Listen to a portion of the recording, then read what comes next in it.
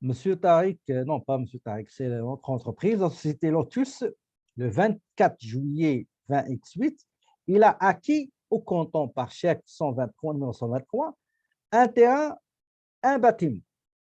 Un terrain et un bâtiment. Le vendeur, il a dit, écoutez, vous allez me payer 750 dollars pour les deux, pour terrain et bâtiment.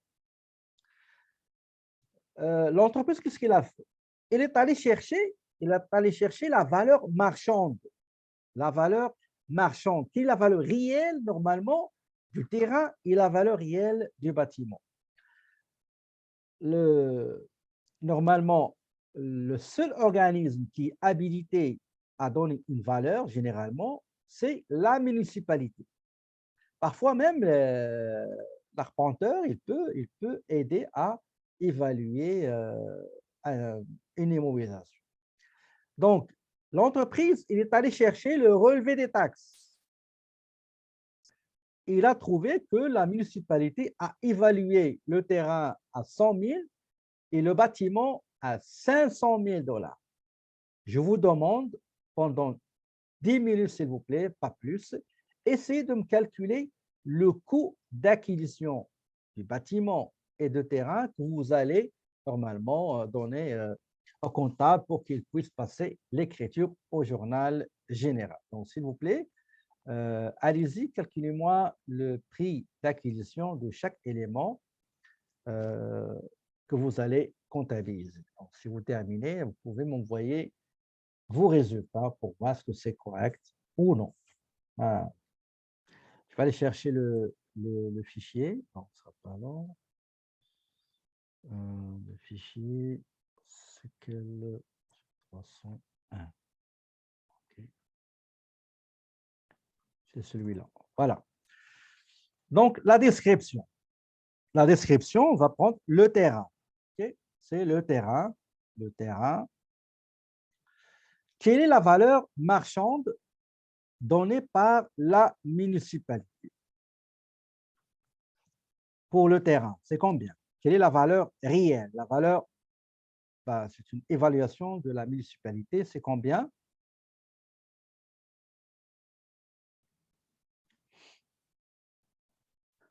C'est, est-ce que c'est pas 500, je crois.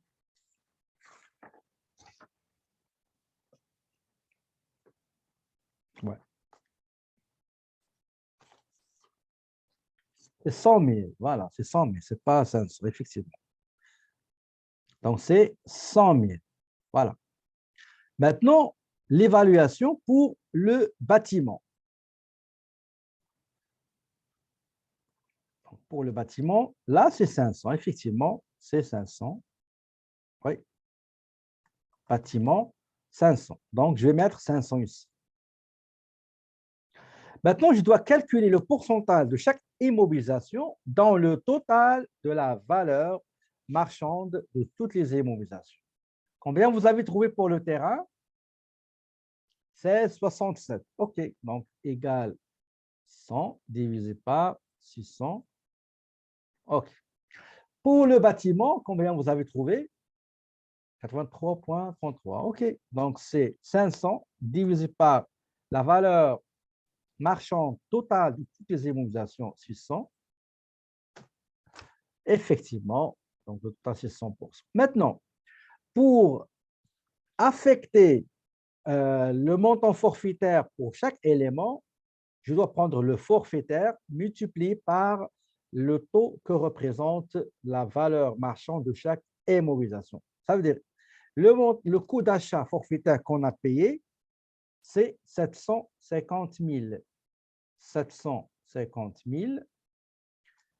Et vous avez 16%, ça donne 125 dollars, qui sera la valeur dans la comptabilité de l'immobilisation terrain, et ces 125, c'est la valeur d'origine, la valeur d'acquisition, la valeur d'entrée dans le système comptable.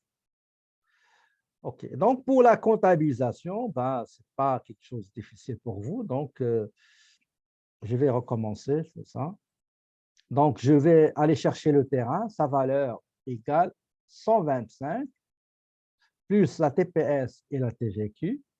Je vais aller chercher 1900, le bâtiment, c'est 625. Et voilà, vous avez deux éléments. Si vous prenez le montant avec taxes incluses, réglé par le chèque numéro 123, et ben c'est 862 312,50. OK? Ça, c'est la correction du cas de la page 301, c'est Lotus.